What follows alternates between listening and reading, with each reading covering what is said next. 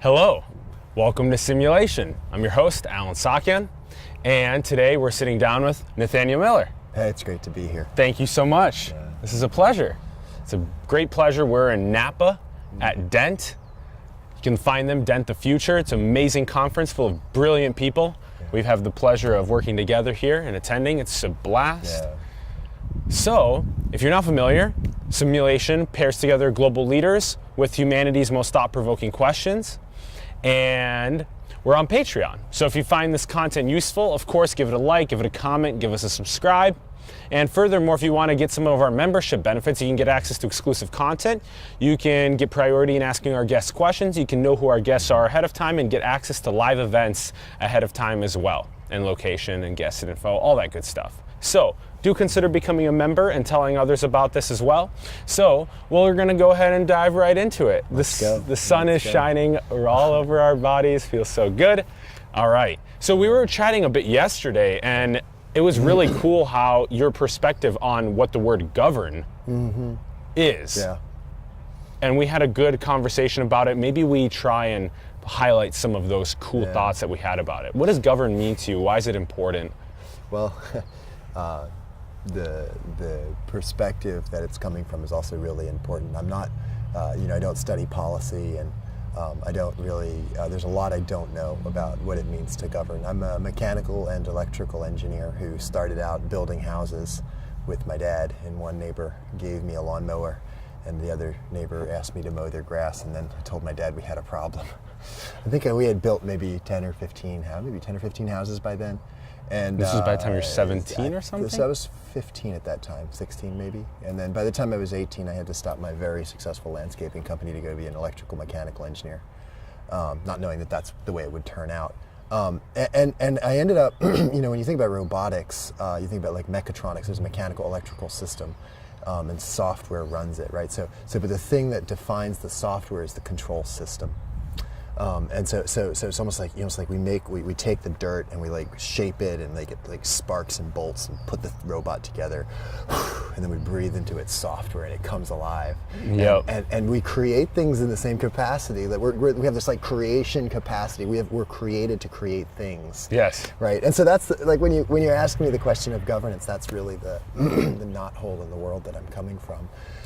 Having made a lot of I made platforms for science instruments. For a long time, and that's the interface between the platform. Maybe if it's got wheels, wings, or solar panels, that's the thing that carries the instrument to the point of curiosity. No pun intended with Mars. So it's not my project. To do a scientific inquiry, and so I've kind of grown up in that, building platforms, understanding the instrument, and then really building missions now across the science value chain. That's what's the need that science is meeting. What's the instrument that delivers the observation? What's the platform that delivers the instrument? And then what's the data that comes from that system to give us the measurement that lets us do the science? So that's when we talk about governance, that's where I'm coming from. You speak about it from such a technical perspective. It's so interesting. I love the software, into the mechanical. Right? Yeah. That whole thing, right? And there's hearts and minds that envision what that thing ought to be, and then we create the thing. Yeah. And then it does what we designed it to do, or not, but that's the art, right? Yeah. So go ahead. So when you ask governance, I'm thinking about the people that are designing these complex systems for scientific inquiry. That's where I've come from. So governance, simply from my perspective, it's the capacity to exert influence far beyond your actions. So I'm doing something here for the common good as well. For the common good. It's for the common good. So I'm doing something here. It has an influence, and it has an effect. And I wouldn't actually say good or bad. That's a judgment statement. It's just an effect. An effect. Right? So I'm having an influence far beyond. It's a direct influence, a limiting or enabling influence beyond what I do right now. Now then you can ask the question, do we have a good governor or a bad governor? Is it a good government or a bad government? And those are value judgments that as an engineer, I much prefer to say, is it effective or not? And then is it effective for what? And that really sidesteps a lot of the Exactly. political problems. I live Yeah. and work in a political organization, and to do engineering, you really need to be very clear and concise in understanding. It's not a partisan issue. Governance is not a partisan issue. Like the way we like government, the way we use government as a tool is an enabler, right? And the politics is the conversation around how to approach that governance problem. So from a controls guy, you ask me what governance is. What do I do that projects influence beyond my reach? Yes. That's a really interesting way to look at it. Now, so you have experience with COFES, the Congress of Future Engineering Software, Yeah. and also NASA. And so so you have about 18 years with COFES and 13 years with NASA, Yeah. and you're at Langley in Virginia. And so this also adds a this gives us background on how you think, a really deep understanding of how you think, because that's why you spoke in such a way on governance. So how do we then come up with some sort of this is what's happened over the last, let's say, 250 years in the United States. Let's take what we really enjoyed from that and add a couple. We have been amending along the way, but then how do we build for the future? Do we have some goal congruence in designing the system and building it for the future? Do we have global congruence? Where do you kind of see and what piece a it? question. I should take shorter time answering. Maybe the questions would be easier.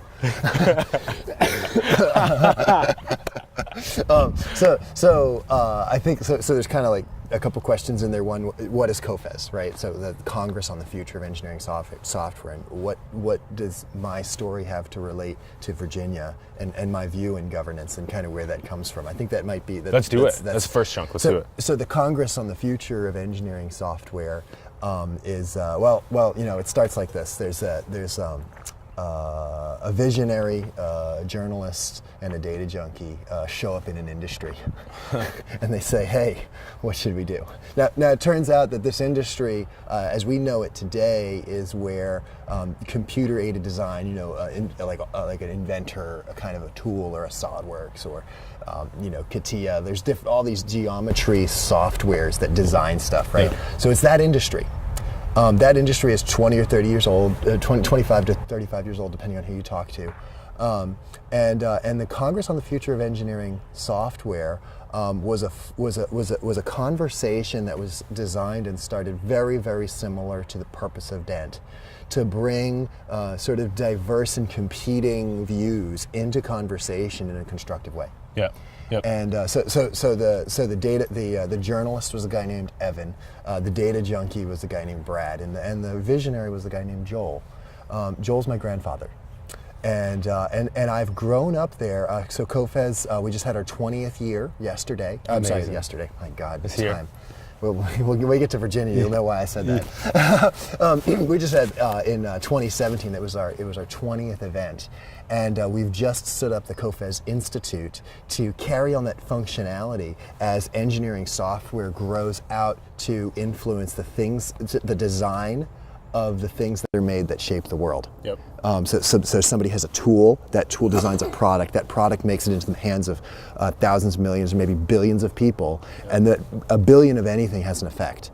And so these tools design those products and have an effect on the world. So COFES has had a shaping hand. I've seen just so many, I could just go on for an hour probably, of the world shaping effects that I have seen in that Congress on the Future of Engineering Software. Let's list three top ones real quick. So for example, when you go to Thingiverse, it lists like 35 different files that you can upload to. Right now, it's not true.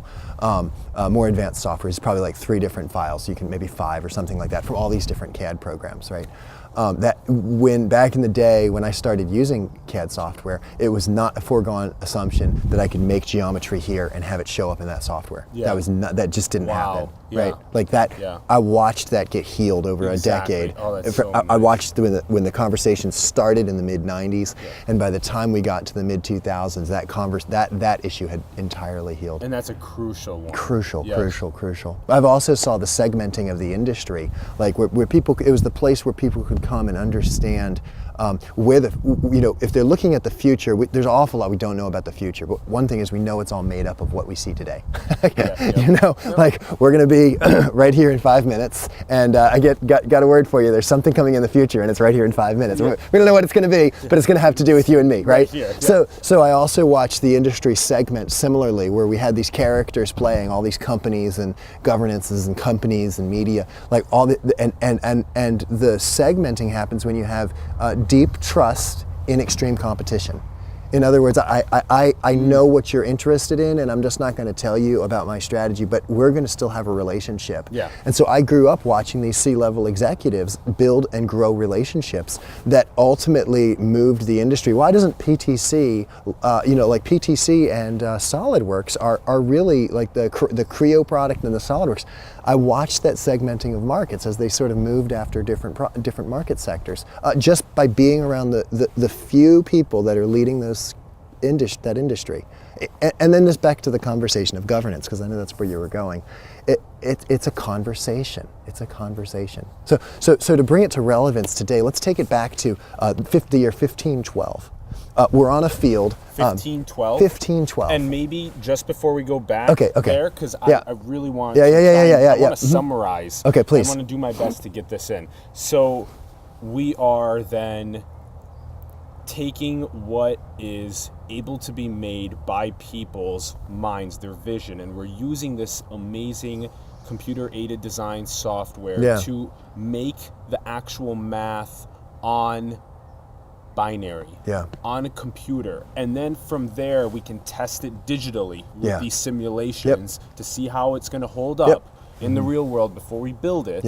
And then we start the actual process of building it into the world. And so then that is such a crucial component for what we build into the future. And then you were also discussing about the importance of people at the high level maybe not revealing their most important strategic points, but still being able to communicate with one another about the future that they're building and the importance of that. So communication is up here, trust is right here.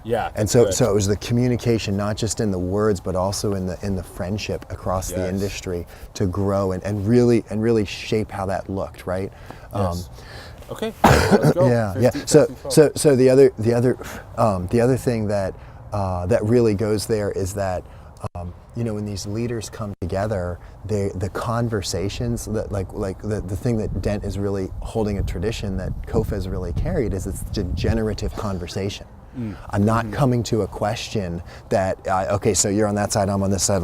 We clearly we can't be friends, right? And we see that. I think that's where I'd like to just draw the line to relevance in that experience for me, where I've actually seen it, and this I'll say to everybody watching the show is I've actually seen it work in my lifetime. I'm 33 years old, and I've seen it work in my lifetime, where people come together with radically different motivations, direct competition, radically different views, and really heal to a cohesive view, and that's kind of the part that traces back to 1512, right? Okay, and as we go there, I need to touch on that because that is so much of what we do with what our mission and passion and vision is all about, is being able to have these tough conversations, even though sometimes people disagree, but being able to stay even keel and not become super angry or frustrated or sad or hyper excited, but just stay chill and still be able to converse with somebody that has a differing perspective and maybe take some of what they say with your open-mindedness and implement some of it into your worldview as well. And amazing, yes. Okay, 1512. Not a chill day. 1512 is not chill. Not chill. Not chill. King of England has big problems because he's trying to be a king. And everybody is really, really frustrated with how he's being a king. There's a lot more to it. Read it in the history books because they're still there. So really, seriously, go out and check what happened in 1512. And the document that was a result. There was a document that said, "Hey, there's kings and there's laws." And Mr. John, I don't know if they even called him King John. I mean, probably, I don't know. John, you're being a king and you're changing the laws all the time. You can't do that. Now, here's a document. We're going to call it Magna Carta. And what we're going to say, we're going to put, like with an arrow to his chest, I just imagine, sign it. You are subject to the law or you die here. right? And like that severity, that founded Magna Carta. And Amazing. That was a major step in modern law. Yeah. So, and when you start thinking about modern governance, you think about the heritage that established the British Empire, right? That also has heritage back to the Knights of the Round Table and holding this conversation in a circle with representation from the different parts of England, right? Yes. That much of that was codified in the Magna Carta. If you go to the National Archives, I get chills every time I go there. Our Constitution is on one side, and Magna Carta is on the other side of the same room, and there's all these documents all the way through the room, all the way down. So the next thing, so documents are interesting, right? Because they're only good if people believe it. But the thing that they do is they codify a belief, right, in a particular time and place, right? So Magna Carta, skip forward, British Empire, colonialism, good, bad, everybody's The way talking that about it happened is so interesting that at any point a leader could just change the code because there was never a consensus, goal congruence within the civilization. And then there was codification, and there you go. And play the script, check the Portuguese, check the Spanish, check the French during the colonial era, and check where the British ended up in their scorecard, right? So now we've got another colony that happened to be, across the pond. There were 13 of them, actually. It was not, but that kind of started where, one boat came over and hit Plymouth, and another boat came over and hit Jamestown. So so the first boat at Jamestown, half of us died. Second boat came, half of us died. Third boat came, half of us, we didn't die. We figured out how to grow corn that year.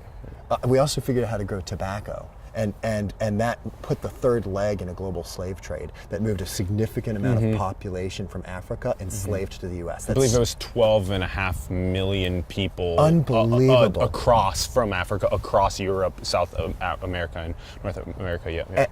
And those numbers of millions, not in the 8 billion people we have today, right? Significant numbers, right? So that started because of what was going on in Jamestown. So in 1699, I was born and raised in Williamsburg. Middle Plantation was changed to, they were still dying of malaria in Jamestown. Middle Plantation was changed to Williamsburg. And that circle conversation was the seat of government. You can still go there today, and you can see the Capitol building where they have the conversation, and you can see the governor's palace down the corner that's 3 times the size, and it was one for one guy. So now here we are a little while later, we're having these other questions and these other things, and we write this, actually, Britain, we know you're an empire, we know we're kind of small colonies, but when in the order of human events, it has come necessary for one people to separate the political bonds that tie us to another. And you can read the Declaration of Independence that was given, a declaration, we are not your colony anymore. Yeah. And the war followed, right? Yeah. Now, we won that war. You heard that story. But what's not really understood is that after we won that war, it was like, oh, no. Now, all the governance problems that England had that were subjugating, we felt the pain of, and now we have to figure that out. And so that conversation that was developed in Virginia, and by this time Virginia is a state with a constitution of our own, many of the artifacts that are in our U.S. Constitution came out of Virginia. Right, and so that's where so by that time Richmond was the capital, and there's a lot of changes between here and there. But our Constitution has so when I think of governance, and I look at the document, it says that a government of the people, by the people, and for the people shall not perish from the earth forever. But before that, it says that the purpose of government is to provide for the common defense and promote the general welfare. Right. So and then to make sure that governance doesn't perish. Yes. Right. Yes. So it's like this kind of conversation. So here we are 200 years later. Virginia is 400 years old now. We're in our 360th, I believe, 300 plus legislature. Such brilliant people. Right? Wow. So put that in time scale. Wow. And now let's go to cryptocurrency. No, just kidding. Yeah, exactly. Yeah, let's go to blockchain. What's the Constitution on the blockchain? So then what are the principles that apply? Right? How does common defense work? And how does general welfare work? And how does this everybody represented voice work? And then the question, the real cool comment is one of the speakers here at Denton. You might put the link under for the recording. She put on the screen. She was like, "What does it mean to be activated as a U.S. citizen?" Yeah. And she put 30 or 50 links on the screen of all these different places where you can dial onto a website and speak directly to somebody and have a direct impact on what's happening in Washington, D.C. Yeah. at your state level Yeah. and right in your local government. Congress.gov is a great place to go to just be able to read the legislation that is being discussed in general. So we still have, Yeah. there's a lot of issues that I want to own as an American citizen. Right? That's crucial to become, to own these issues, to Right. take the responsibility That's on right. yourself. That's right. Exactly, and not talk about rights, but instead talk about responsibilities. Exactly. Right. And so even check, though those rights are there, emphatic and they Yes. cannot be removed. Inalienable is what it said. In Yes. other words, I'm an alien if you take them away from me. Yes. I turn green and my eyes will pop out. Here's something I want to, before we keep getting into Yeah. this, because this is Yeah, really amazing. I want to just briefly touch on the kind of, it's kind of insane when it comes to the what is actually written in this code. What is the code itself? Because the first thing about goal congruence in terms of the future world that we're building is we have to have some sort of basic goal congruence, and there were Right. the Magna Right. Carta, the Declaration Right. of Independence, Constitution. This is a Right. And what is the next 100 years? What is the code for the next 100 years? Are we going to write more so about morality, about not killing one another, not hurting one another, working together with one another, all prospering together? How are we going to write these things? So we're going to go back to what the future and all the stuff we know about it. And one of the things we know about it is that we don't know what it looks like. Yeah. One of the things that we also know about the future is that it's made up of what's here today.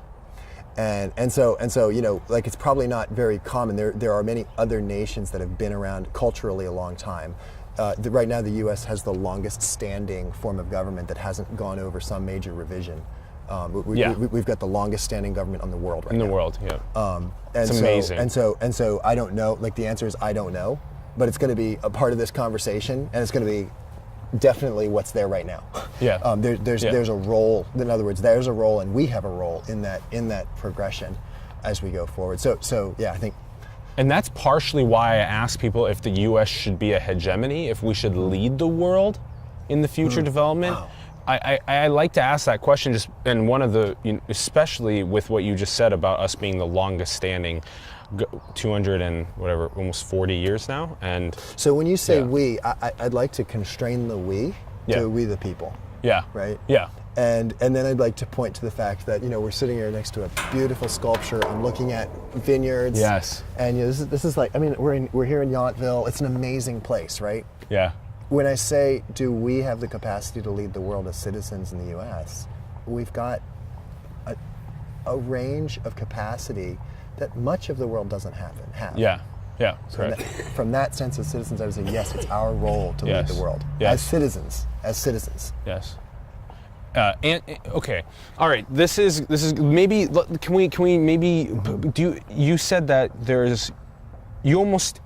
you're being very humble because you're very smart about this, but you're also smart enough to know there's so much nuance that you don't want to give a line of code.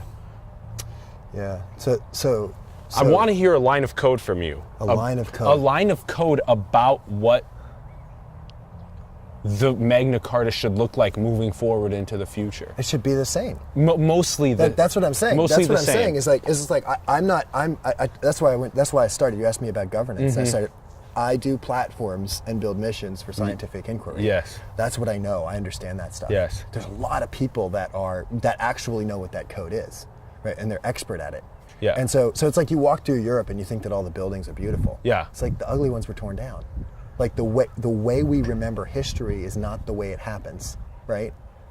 What is still there in the code, that code that you're asking for? Yeah. I'm going to go pull the old document and understand what and why it was said to be able to understand the context I'm in now, and use that as Correct. a basis for my decisions going forward. Correct, but okay. Here, let's put it this way. You're smart enough to understand that there are so many insanely societally altering technologies that are occurring today that were never conceived of 240 years ago or even 50 years ago, for shit's sakes. So now that we have genetic engineering, brain chips, nanotechnology, AI, robotics, blockchain technology, cryptocurrencies, these things are becoming proliferated throughout society in not necessarily closed environments.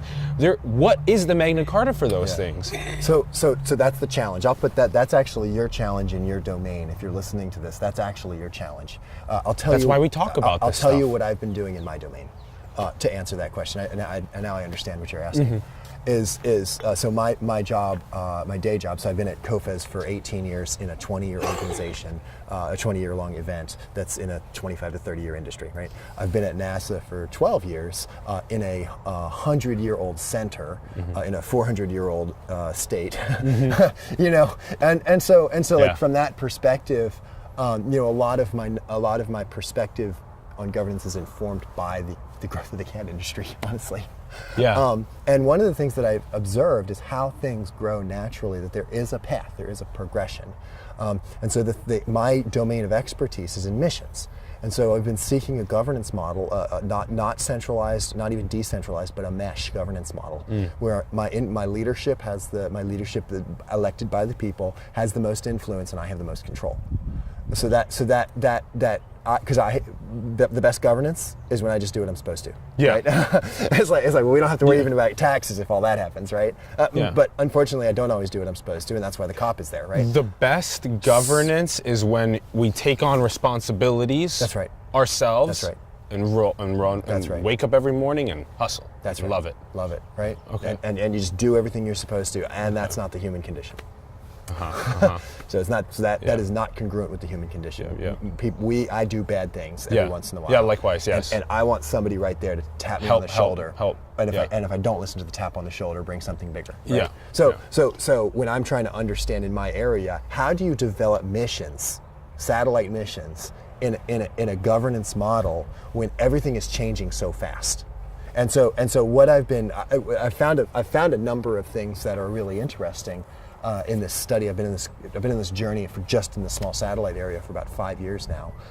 Like I said, I started with wheels, and then I worked on wings, so a robot with an instrument, and then an airplane with an instrument, and now I'm working on the solar panels. So the wheels, wings, and solar panels is where that came from. And so now I'm working on these satellites with solar panels as the platform, right? And what I find is that as I'm looking at, you know, I went back again and did the history of Langley and the instruments that the major scientific breakthroughs where there was a major shift in thought. It was like, wow, we can now do it this way. Like testing materials on the International Space Station is a Langley development. Bringing an inflatable, actually Elon just launched today, so maybe we'll actually be doing retropropulsion to the surface of Mars. But Awesome. before we did retropropulsion, the expectation was that you have a large inflated structure falling to the surface of Mars. Before that, it was a heat shield, right? Yeah, so Langley has also developed those, right? Yes. So I went back and looked at all these missions that were developed in this place of history, right? In aerodynamics and then into space, right? And then and I asked the question, what was necessary about the first time it happened? In other words, there was an opportunity there that needed to be, I'll say, governed, right? Or there needed to be some governance model to fill that opportunity adequately. And then there's all these ideas. Then everybody wonders about the innovation. They all talk about the innovation. So what was that path, right? And what I've noticed is that that governance of how those missions are selected, we actually call it mission natural selection. It's iterative, it's failure prone, and it's characterizable. And what we know right now is that the model says that there's an idea that precedes a team. The community starts to be building around that team. Now, whether the person that had the idea was able to move with the idea is different. Right? Yeah. We like to say, we started asking the question, in an environment dominated by intellectual property, what happens if we start looking at if ideas were just given away?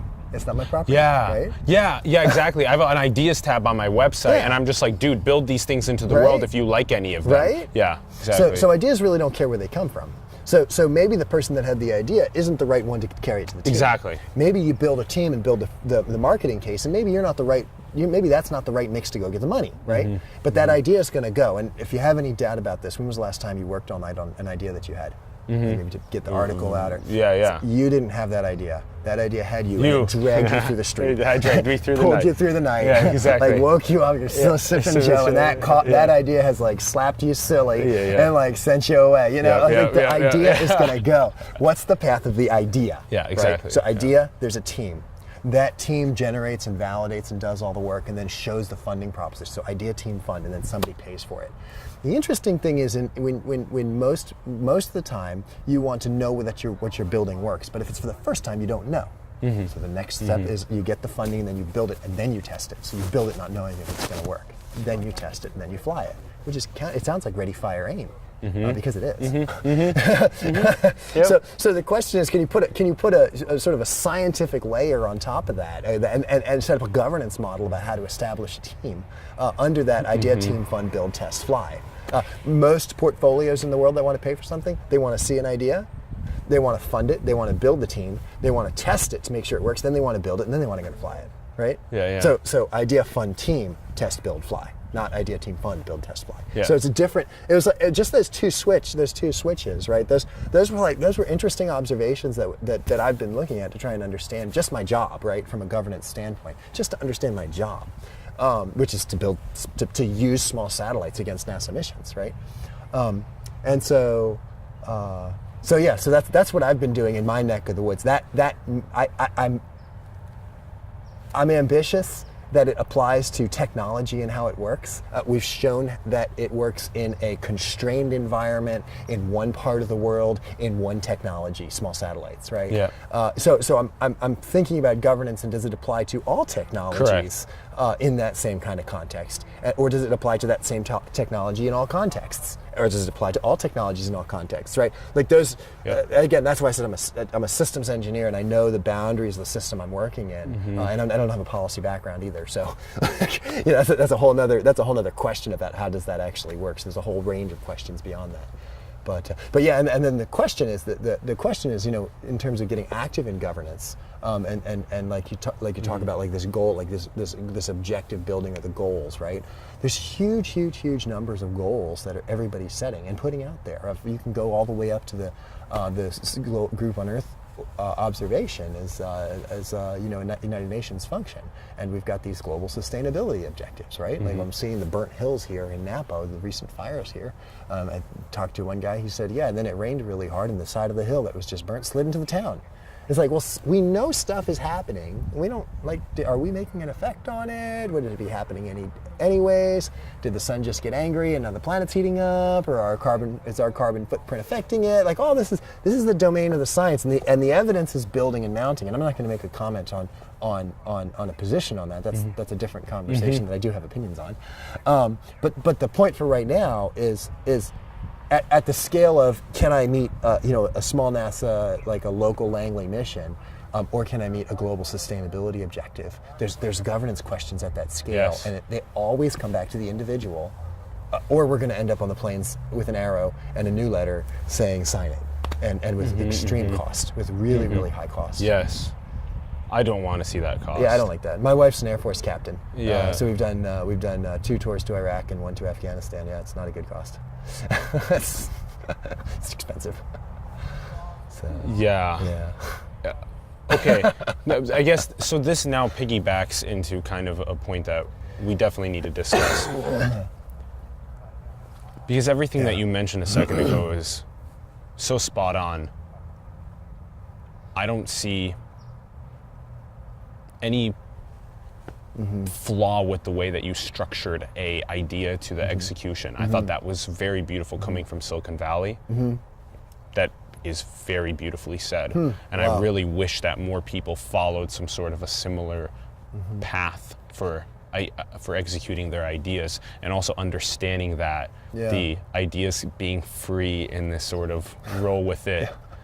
Exactly. God, how often do people just hold on and just say that it's mine? No, like let it go to other people. They probably could do it better, etc. If it's good enough, all that kind of stuff. So, there is some. I do have a comment on that because in a world where intellectual property is currency, right? And then you start giving away money. You can't. It's very. I am not a fan of starting something before I know why it should be started. Yes. And so the comment that you made there about it would be great if all the ideas were given away, you're bumping hard into a governance issue. Absolutely. And so the challenge that you hear me wrestling with is how do you set up a structure It's got to be valued in the like the same way we value intellectual property. It's got to Yeah. the same way we value clean air. Correct, Or, yeah. or the same way that we value not wondering if our bank account. I don't know if you have a Bitcoin wallet. Like you're much more tenuous about your Bitcoin wallet than you are if you have an account at a federally secured bank, right? Even though there's anyways, there's a whole conversation there, right? But the question is, do you have portability of that? I lost where I was going. Take a second. Let's see if we can find it.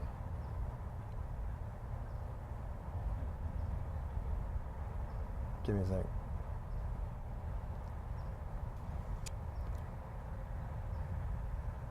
Cryptocurrency. Oh yeah. So the question is, do we have a way of, when the new cryptocurrency or whatever that new technology comes, do we have a high functioning model that replaces the current governance metaphor before we say, oh, the old one doesn't work, right? So that's the challenge for if you're really trying to seek how to, you want all these ideas to go away. Where the challenge that I'd give is, and it's not like I have the idea. It's like, I think the ideas that I'm mentioning were shaped with about 300 of my friends and colleagues over 5 years, right? Yeah. So this idea team fund build test fly was like, it was an open conversation we've been having at NASA Langley Research Center for the last half a decade, right? To try and understand this challenge in our domain field, right? I don't want to say it's wrong before I have a solution to put in there. And if I do, it'll be just the same as writing a Declaration of Independence, winning the war, because we will, and then ending up and it's like, oh no, what does that governance model look like? How do we do that? It's like, well, is there a Virginia to point to and say, hey, how does your Constitution work? Okay, let's start with this. We have the why. The why is first, and we say the why is to progress civilization. Let's just say that's the why. And then we figure out the how, and how are we doing that? And maybe that's where some of these codes come into play. Now, are you interested in... Oop. I have water for you, too. Thank you. That's fun. That's going to dry up very, very quickly. Very quickly, yeah. Yes. Let's make sure it doesn't catch the mic. Yeah.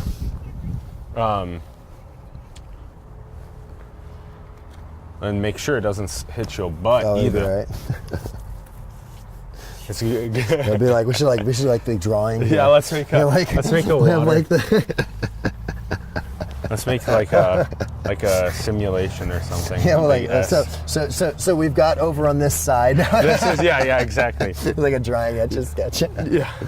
So just let's do in.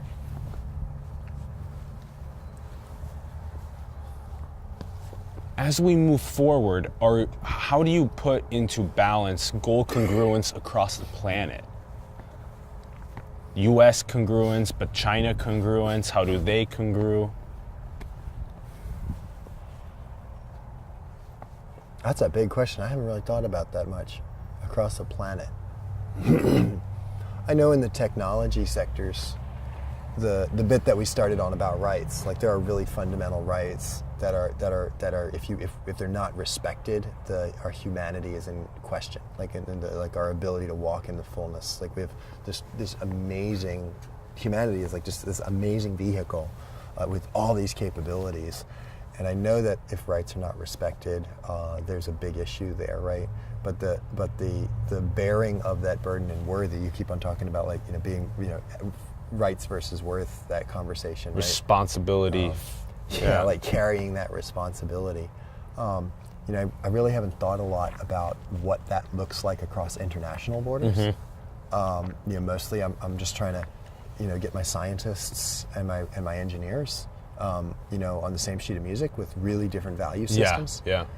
So I can speak. I can speak to that because I really enjoy building teams because when you start to bring these different value systems in, you end up with a much stronger solution than you could have ever even imagined. Yeah. And so there's one thing that I know about that that's fundamental to that is is that good, effective teams, because we're going to go back to not good or bad, but effective teams. Effective teams talk about respect. Ineffective teams talk about communication. So every team that I come into, like, what's the first thing I hear them talking about? Are they talking about the reason that those people can't talk, or the reason that they say stupid stuff? That's a communication conversation. There's a team that I just came into, and the first thing I heard about the team was, wow, he is an amazing musician, and like the way he thinks about problems is fantastic. Yeah, exactly. Some respect. Yeah. And I got into the team, as I'm wading into the team, I'm like, oh my God, like, this is not good. There's all sorts of bad stuff going on. It'd be like saying something about China is good.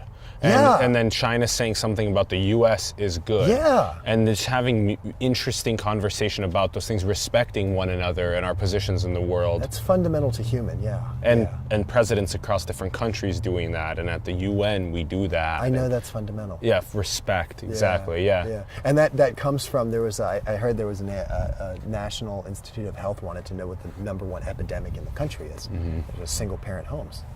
Was an issue, right? And there's all these psychological issues that develop when you don't have a healthy home. And so I said, well, why? They said, well, why does that happen? And so NIH asked the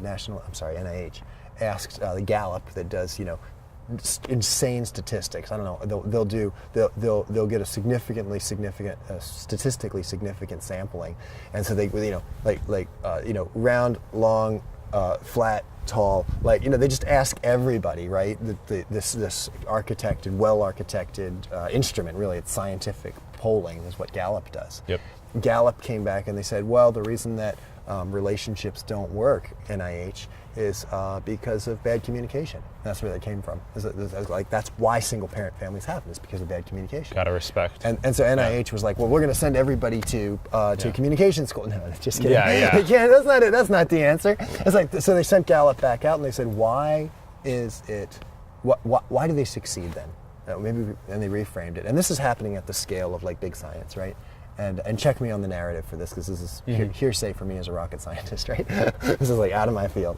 And they came back and they said, you know what? Interestingly enough, just like bad communication was singularly correlating. In other words, all the factors, the only thing that lined up between all of them that failed was bad communication. All the factors, the only one that lined up between successful relationships was unrealistically high expectations of your partner. Yeah. No matter what happens, I know who you are. Like, it was a bad day for you. You're going to be fine tomorrow. Just come on, like, we're going to make it. Exactly. Yeah. I know that slip there. That's huge. With a cruise missile was there, and I know it got launched, but you did pull it back. I mean, it was just, I know accidents happen. And then that applies to not only your business relationship, but your partner at home. That applies to your kids. That applies to your teacher, your doctor, whoever it is. Yeah. But to have goal congruence with them in respect for one another.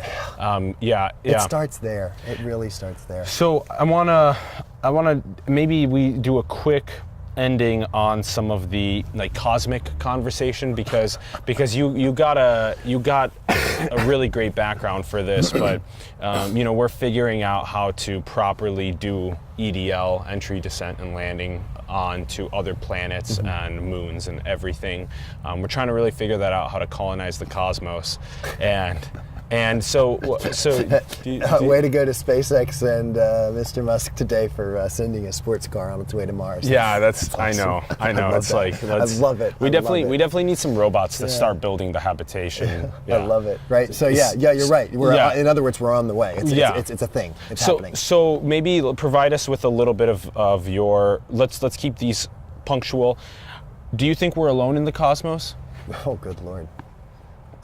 I can say it's effective for us to look. I don't know. Yeah. I don't know. I'd love to.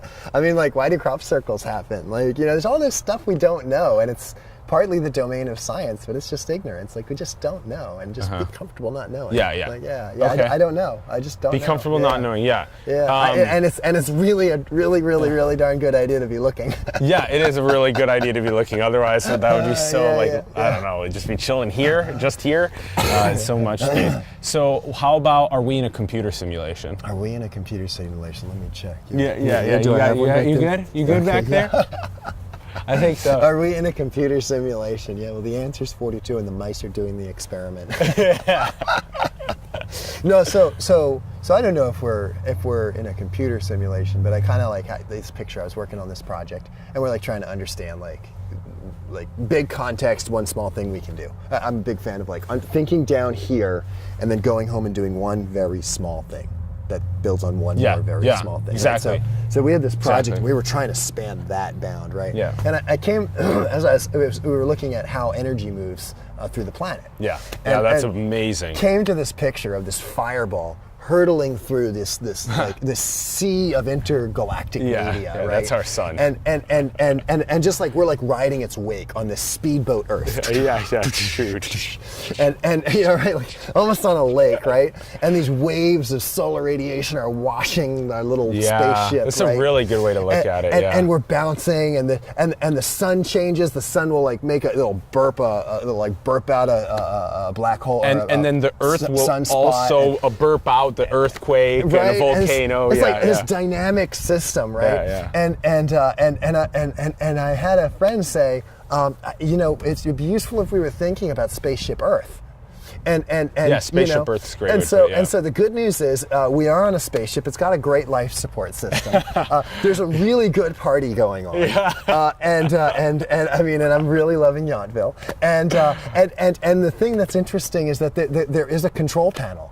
There's a control panel. And that control panel, like the sun hits the ocean, it warms up and it heats up the air. Moisture goes in, it comes over, and it rains, and that's a control loop, right? And it's almost science is a major part of the control panel, Yeah. and then maybe also like spirituality. All of it. Is energy. All of it, right? Yeah. I love the control panel on the Spaceship Earth. Right? Yeah, so there is a It's good. control panel, right? There is a control panel that is driving this thing, and we have a more significant representation on this spaceship than ever before. Yeah. And so the picture that comes to mind is we've got the spaceship. Here's the sun. It's got a control panel. The party's great. And back to governance. Everybody that should be operating the controls is trying to calm down the party instead of driving the ship. And so when we're thinking about these things, we're thinking about these issues of governance, like what's going on with the plastic in the ocean? What's going on with the carbon budget? What's going on with all these different things, right? And these all come down to governance. And so what I'd say in all seriousness is, if we like Spaceship Earth and the life support system that it has and the party that we have going on, let's not make it one party or another, and let's make sure that the people that actually have the capacity to be at the controls don't have to keep on fighting a party to keep the party from tipping the ship over. Yeah, so the party needs to work together with the controls and symbiotically intertwine and work on it. Yeah. Okay, and by awesome. Party, I mean people. Exactly, yeah, correct. Party is people, exactly. Yeah. People are having a party. Yeah. A great life support system on the Spaceship Earth. Yeah. All right, so that amazing conversation, very interdisciplinary. I'm serious, that's why I love chatting with you. It's always so good. I'm excited for your future, what you're going to be building, to be a part of COFES moving forward, to be a part of more of what NASA Langley Research is doing. You guys are amazing. And guys, thanks for tuning in. We really appreciate you so much as well. Again, you're visiting Simulation. I'm with Nathaniel Miller. We have Ronald Vargas as our director behind the camera, always crushing it, always doing a great job. We have if you guys had a good time, please do like, please comment, please subscribe. Also, feel free to join as a member of our Patreon. You get exclusive benefits like exclusive content. You get access to asking our guests priority questions. You get access to live events. You get access to all of this great stuff becoming a member. So do please consider and share. And is there a way to follow you on Twitter? I'm on Twitter at BLAKSKY. BLAKSKY. We will put link. Kind of like Black Sky, right? We will put it right in the bio, and we'll put some more links to what we were describing as well in the bio. So thank you guys again for tuning in. Thank you for Thanks today. so much This was for so having amazing. me on the show, and thanks for watching. Awesome. Yeah. Thanks, guys. Yeah. That's fun. Super fun. That was awesome. Yeah, it was such a blast.